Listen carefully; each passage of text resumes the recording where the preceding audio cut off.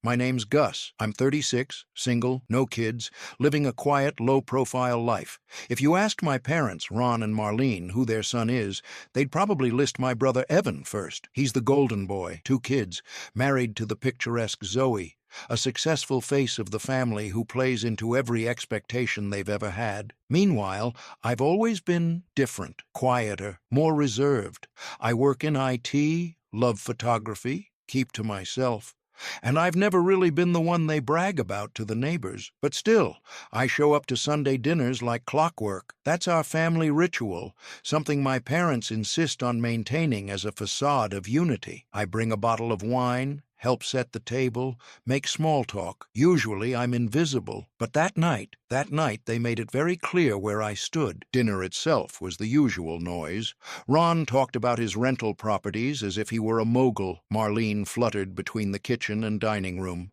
Evan sat at the head of the table like royalty, Zoe on his right, kids running amok. After dessert, Ron stood up, glass in hand, tapping it gently with his spoon. I expected one of his half-serious, half-condescending speeches, but this was different. "We've updated our will," he said, and the room hushed. I glanced at Evan, who looked like he already knew. Ron continued, "We decided it's time to ensure our family legacy is preserved, with someone who's proven they can carry it." I felt it coming like a freight train. Marlene looked directly at me. "Gus, we love you, but we're not wasting what we've built on someone who hasn't built anything themselves." I blinked. My chest tightened. Ron added, "You've always been the outsider. Might as well make it official." Then he turned to Evan. "To the future of this family." Evan raised his glass, beaming. Zoe even added, "Guess I married the right brother." I could have flipped the table, but I didn't. Instead, I smiled coldly. "Thanks for finally showing me where I stand. You'll remember this moment, I promise." And I walked out. Jacket forgotten, door slammed. That night, I didn't sleep. Every time I closed my eyes, I heard Ron's voice, the outsider. For most of my life, I tried to ignore that label. I didn't fit their mold. I didn't go into business, didn't get married in my 20s, didn't chase status. But I wasn't a failure either. I paid my bills, never asked for help, stayed out of trouble. But I wasn't Evan, and in their eyes, that made me forgettable. They called me the outsider, so I decided to act like one. I ignored the next 3 Sunday dinner invites, left Evan's "you good bro" texts on red.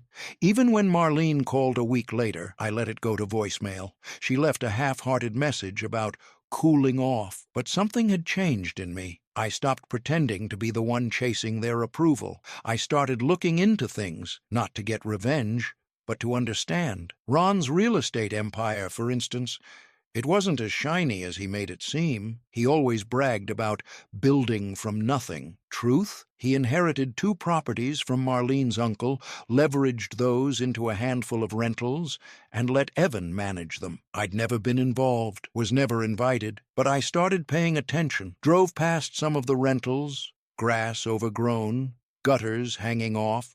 One had a city code notice taped to the door. Curious, I talked to a former high school friend, Travis, who happened to rent one of Ron's units. "You rent from them?" I asked. "Yeah, unfortunately," he said. "They never fix anything. Been trying to get a leaky pipe fixed for months.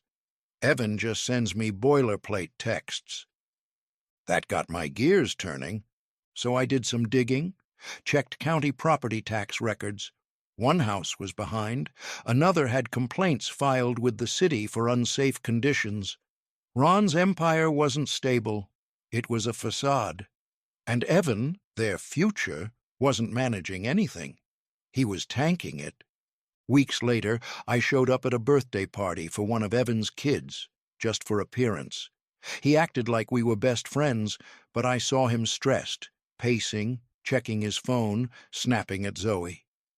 Later, I saw Evan and Ron arguing in the dining room over invoices and repairs.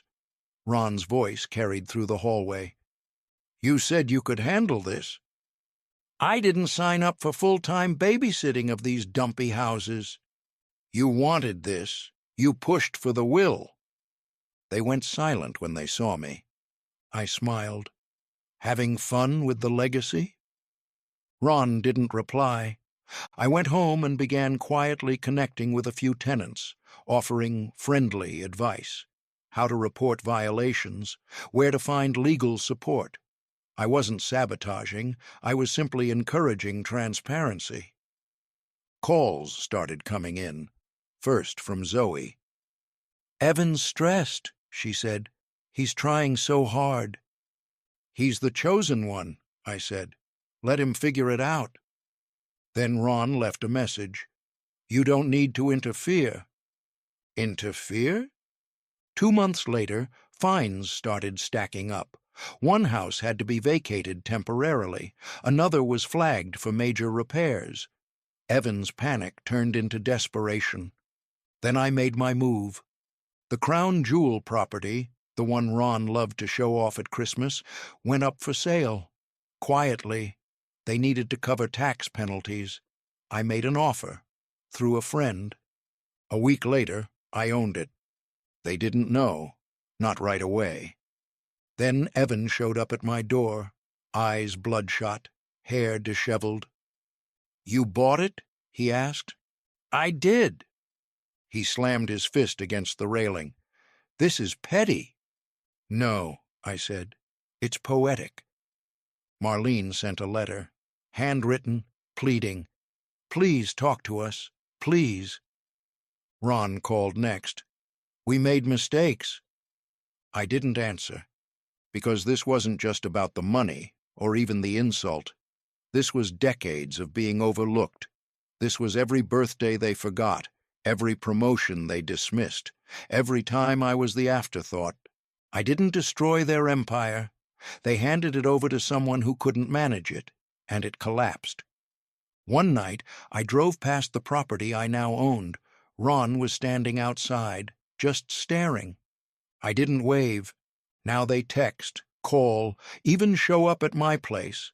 I don't let them in. They called me the outsider, but now I hold the keys. They toasted Evan as the future. Now that future is in foreclosure. And me? I'm doing fine, better than fine, because I finally know who I am. Not the outsider, not the forgotten son. I'm the foundation. And that legacy they were so desperate to protect? It belongs to me now.